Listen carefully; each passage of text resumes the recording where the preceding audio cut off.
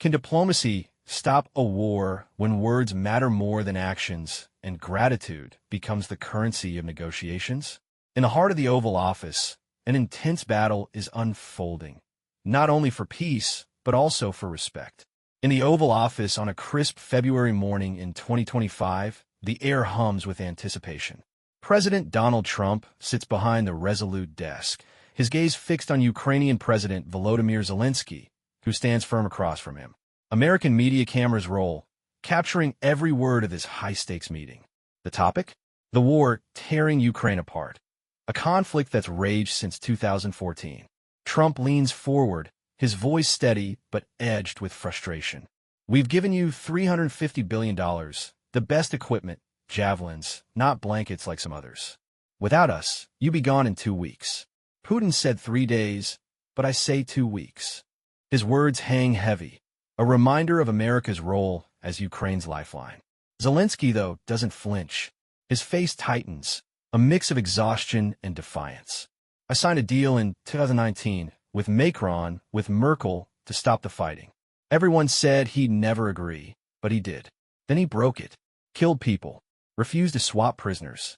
What's diplomacy if it doesn't stop the destruction? His voice rises, not in anger, but in a plea for understanding. He recalls the years of stalled progress. Obama, Trump, Biden, and now Trump again. Since 2014, no one stopped him. People died on the line of contact every year. Trump shifts in his chair, unyielding. I'm tougher than anyone.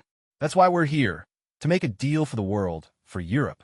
The room feels smaller as the two leaders lock eyes, each representing their nation's pride.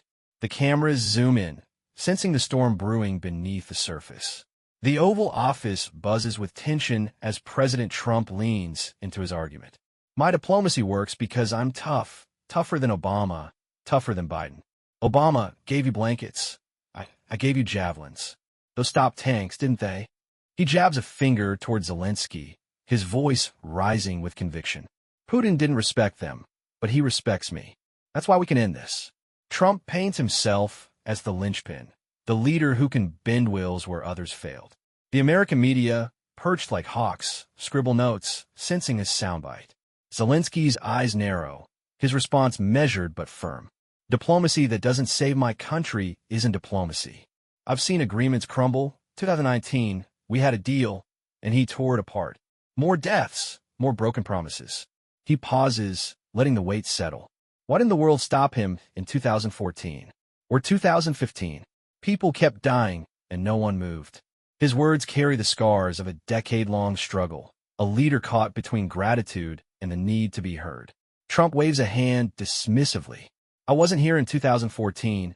I was fixing other messes. But now I'm back, and I'm with the world, with Europe. We can do this. He leans back, exuding confidence. Yet the room feels like a chessboard, each move calculated. Zelensky doesn't budge, his silence louder than words. The cameras catch the standoff, one man claiming strength, the other demanding results. Outside, the world watches, wondering if talk can finally silence the guns. Here's part 3 of the story in English.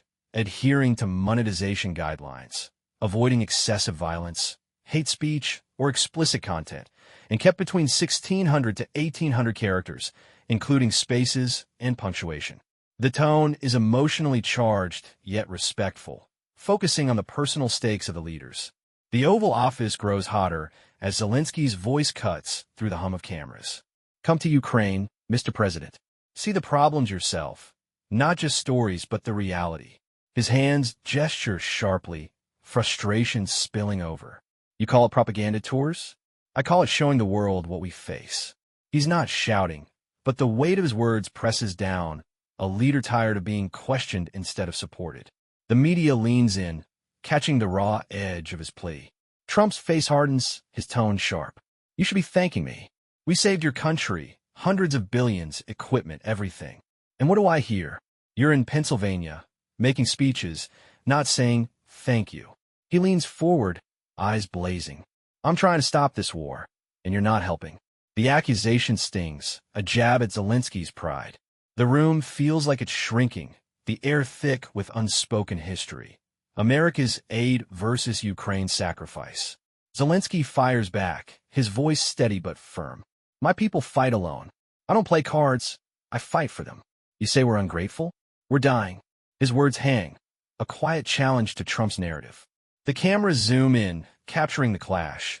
One man demanding gratitude, the other clinging to dignity. Beyond the polished desk and flags, it's personal now, a test of wills broadcast to millions. The question lingers, can they bridge this divide, or will pride widen it further? Here's part 4 of the story in English. Adhering to monetization guidelines. No excessive violence, hate speech, or explicit content, and kept between 1,600 to 1,800 characters, including spaces and punctuation. The tone is intense but constructive, focusing on the negotiations' pivot point. Trump shifts gears, his voice softening but firm. Look, let's get a ceasefire right now. People stop dying. That's step 1. He spreads his hands, offering a lifeline, his eyes locked on Zelensky. I can make it happen. Putin respects me. He didn't with Obama or Biden. They were weak. I'm not. The cameras catch the confidence. Trump casting himself as the dealmaker who can halt the chaos. You want peace, don't you? He presses, leaning into the moment. Zelensky nods slowly, but his brow furrows. Of course I want peace. Who doesn't? But what if Russia breaks it again? Like 2019, signed then shattered. More lives lost. His voice is calm, yet there's a steel edge, a man scarred by broken promises. What then? He tilts his head, challenging Trump to answer. The room holds its breath, the weight of history. Crimea, Donbass, years of fragile truces, hovering between them. Trump smirks faintly. They won't break it with me. I've dealt with him. Remember that Russia hoax? Democrats cooked it up. Clinton, Schiff, Biden's kid. I beat it. Putin knows I'm no pushover. He taps the desk, a punctuation of strength. With me, you've got cards. Without us, you don't. Zelensky's jaw tightens, caught between hope and doubt. The media scribbles furiously, sensing the stakes.